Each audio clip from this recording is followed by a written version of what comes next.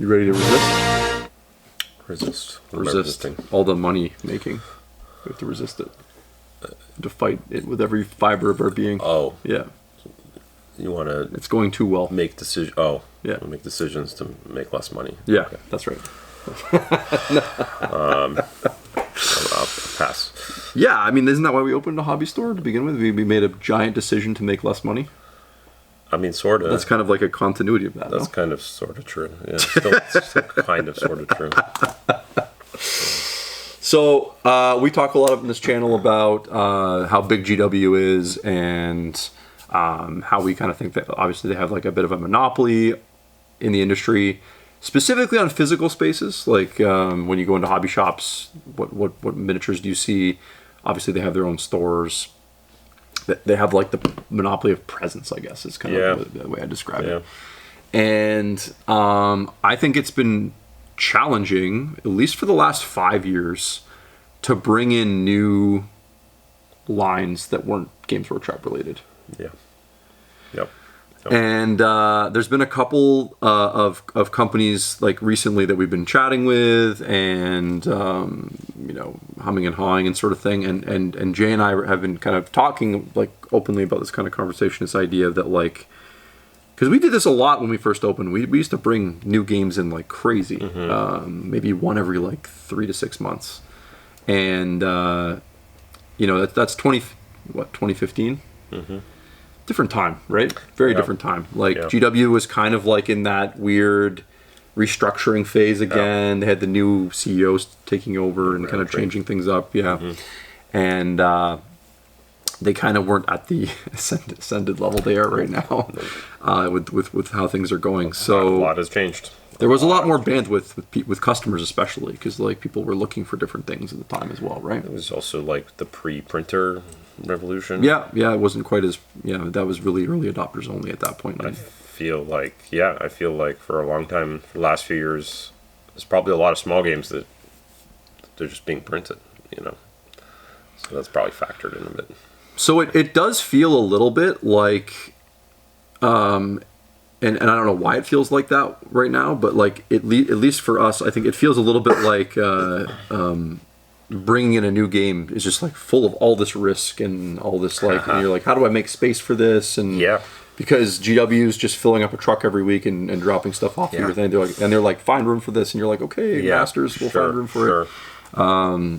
And so where we got to at least is we're like, no, we have to try to find. We've just retired, unfortunately, a big range of products from our store, like Flames of War and Team Yankee.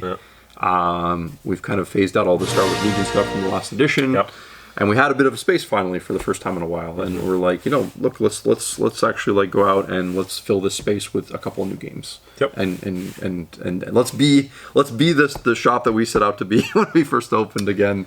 Even though it's hard and it feels very like going against the grain a little bit, because the easier thing to do is not to do that. Probably, right? I think ultimately it comes back to like what you like as a shop owner, what the community is like, what kind of hobby champions you have in the area. It's a bit of listening to what they're what they want and who's around. There's other things to talk about, like the logistical cost.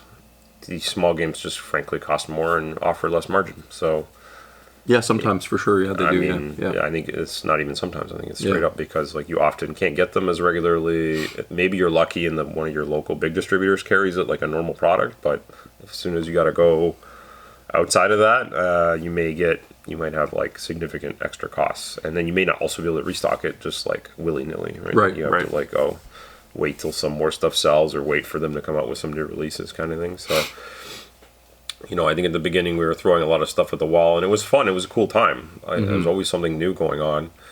But if we look at like the trajectory of the shop's like growth and revenue and everything, the more we simplified the lineup and the more like we cleaned up the logistics, the more profit we could make and like actually get the store to and ourselves to a point where we didn't want to be like, I can't do this anymore because I don't make enough money. Like it was right. It was building a foundation. So now is a different time. Now we're like, okay, we got this engine up and running and we've learned a bunch of things, and now we can go back and like think about it. Now, to say that I think a store, you probably could make it work. A lot of factors come in, like where you are.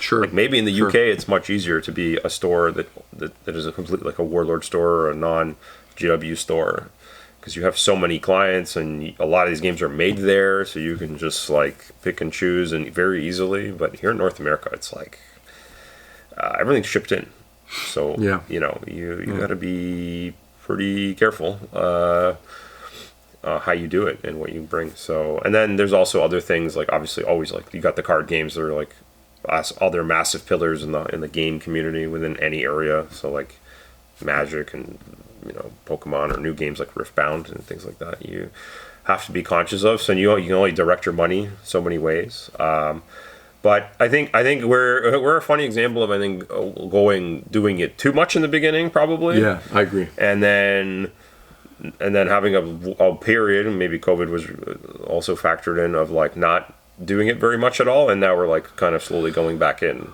Look, if we're being completely honest, running this kind of business for a long period of time makes even the most brave-hearted person risk averse. Yeah. Right. Like you always remember the failures way more strongly than you remember the successes. Mm-hmm. Because they just hurt more, obviously, and they scare you, and they cause that a bit of trauma almost, right? So, yeah, I would say like you end up building, and you can see it in any hobby shop you go into. Like, there's a lot of hobby shops that have been around a long time. They get really conservative with their approach. Like, they get really predictable. Yep. Kind of just, okay, we just restock these things. We don't, we expand the lines we have already, but we don't really bring too much new stuff in. And you see that's probably like the most common example of a hobby shop, right? And that's just a reflection of like, look, man, this poor owner has stabilized his business to the point where he can pay for his bills and maybe take a check home and afford to give his kids food and stuff like that. And he doesn't want to blow that up. Right, like he's stabilized this bomb that is a hobby store or whatever, and he's made it work, right? So that's why it doesn't happen as much, right? Yeah.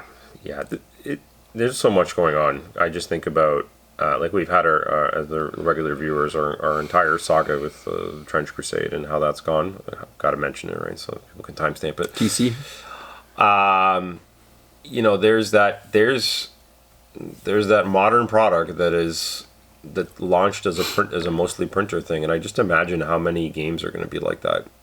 I'm sure they've set a new standard where like future Kickstarter games are going to start that way. So then how do you know what I mean? So we're talking about just like having shops that are like more indie game than GW, or more like non-GW than GW. It's like, well, you're competing with this as a thing now. This is like going to be gamers that are going to be like print first, and then maybe it comes to retail. Like maybe not every one of these companies is going to operate with the presence of mind like the TC guys do, because those guys have been there and done that. Yeah. So like, how many of those? Then you have some like you got the Warlords, which are like, they're not new company. They've been around and they have a pedigree of making like nice plastic minis, all this stuff, and developing games. They're great, but again, it matters like, are you in an area that they can service in a way? And do you have the right clients? Like, are you willing to put the energy in? Like this is the other thing we should talk about. We're not just like, we're bringing it, we brought it in and we're bringing more in, but like, Chris is like got literally airbrushing models and building them. And we're going to have some armies in the case. We're going to run some days just for that game. So there's a product that you may not be able to just throw on your shelf, like just willy nilly. And it's compounded by the fact you may not be able to restock it very quickly and easily, because again, not that you can't, it's just you won't place a restock for 2 items that you sold this week. It makes no financial sense. So there's that. So either you bring in a ton of it so that even a 5% sells, that's enough, or you like slowly grow it like what we're doing. And then you have also like even if there's like lots of little companies developing things, like not all of them are hits. You really see this in the board game world. Like there's like 5,000 new board games published a year, and again, like 10 of them are actually like become something. For every Root or Arcs or something, there's like thousands of just like games that just disappear into the ether forever. So yeah, I would say today it's almost although there's a lot of options and good products, it's like very hard to choose the ones that will succeed in your area.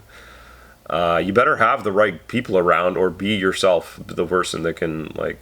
That's why the Magics and the Warhammers are so dominant. Yeah. It's you just know. Well, you can almost just say 40K. Sure. Because I would argue it's that 40K. other games need. It's 40K slash kill as well. team or whatever you want to call it. The fact that you got all this stuff going on in your life and in your store, and the two things that you depend on is that Lorwyn box that's coming and that Crux Terminars box. Just bumped right over Avatar. Have a what? So those two things, you could like put those in the bank, literally. Right. Direct deposit. Yeah.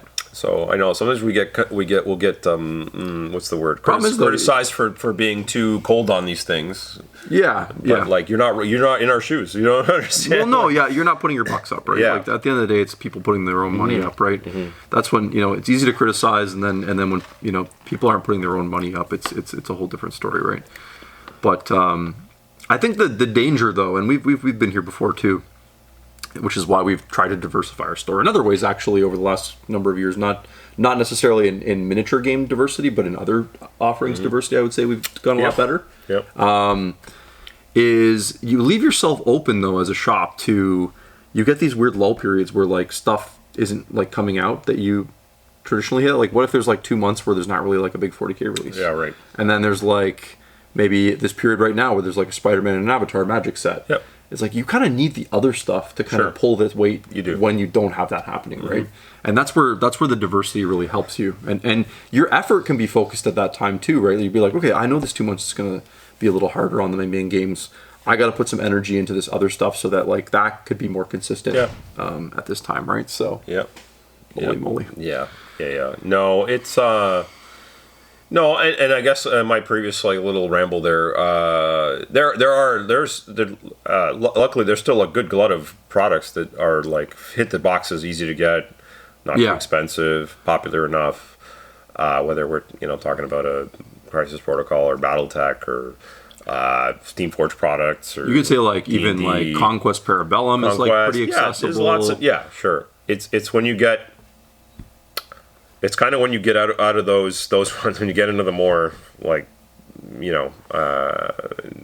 these like games that are maybe pretty cool, exciting games, but are just small or aren't in regular distribution. Anytime you have to order direct from a company, probably is what you mean, right? Like if you have to, which is why we stopped carrying Malifaux.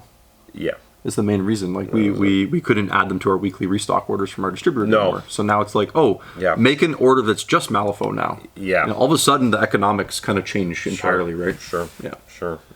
So I don't think it's not the stores can't have. I mean, I think we probably have one of the more diverse stores anyway. There's lots of stores that just they just have 3 main anchors, and then anything that's not that is the tiniest irrelevant section. Like no one's so like we don't give up on games easily. Like once we bring them in, we fight tooth and nail to keep them around. Yeah, when a game dies here, it's because it's like really like falling. It's already 6 feet under kind of thing. It's already and it's been for a while. It's already decomposed. It's just bones left. It's bones. Like Chris J, why are you putting bones on the wall? It's just bones. Yeah. Well, I used to love this game. That's why. Yeah. It's hard to move on. Sure. And we feel, I don't know. There's an accountability to that too. Like I feel like when we promote something, I really want to give it the attention. It's funny. So obviously, like the Magic and the 40K are like such, and D&D, I guess, is like such these like anchor pillars or whatever. I really thought for a while there that Atomic Mass was going to be the third one there. Yeah. And because they had enough IPs and games and products, but their inability to this is Dunk on Atomic Mass. Inability time to just like get it out for again. I don't even know that they have reasons. There are fair reasons. There's fair reasons. They're just in my they're not in control of everything. But it almost doesn't matter. Right? No, the what's on the other side of the equal sign is what matters, and they can't deliver the stuff. What they do deliver is fantastic, but they just can't do it consistently enough. So they would be easily the third or fourth or whatever you want to call it main pillar, in my opinion, in North America. Yeah, if you wanted to, like, if you had a sturdy house and you wanted to make it even sturdier, you would think you would be able to add that stuff. Yes. And then but it's been a weird couple of years with them. Yes. They have these moments where you're just like, wow, this is great. Yeah. And then they have these moments you're like, why are you spending so much time on this? I know. Yeah. The Legion thing, I'm going to be honest, feels a bit like that right now. Well, yeah. I know. And well, so we'll see though. I mean, Sure. yeah. Sure. So. Well, I think that's where our head's at, and I guess like to our point, we're adding Conflict 47. It's our brand new game we're adding to the store, Yeah. so we want to include you guys in that, and we'll talk about our experience as we go through, and was it the right choice and stuff like that. And it's funny coming from like a month or two ago, we said no to Warlord Games video, and then immediately like the Conflict stuff came out later, which is way more of a product we were gonna like felt good about. Yeah. Maybe that shows that nothing is like completely set in stone, and things change really quickly. And we were like even looking at War Machine again. Yep. We don't have the institutional memory like other hobby shops do of having to fire sell the first one, because we just avoided it entirely because we saw the writing on the wall. Yeah. And we have a lot of faith in the new team that's making that game. Matt and all of his great guys there at Steamforge, and we like what they're doing. We're just waiting kind of like for the Canadian kind of trade program to kind of get going here, to give us some like consistency with that stuff. But we saw like new plastics kits, another plastic starter set coming out. Like the future's bright there, I think, at least. Yeah. So so stay tuned. We'll talk more about this as we kind of plot along and be like, which games are they adding next? Yeah. I don't know. We'll see. It's crazy. Who knows? Jay's so excited. Jay's not smiling, but he's actually smiling. He's smiling on the inside or whatever. Yeah. Thanks for watching, guys. Thanks for staying to the end, and we'll see you next time. Cheers. Bye. Bye.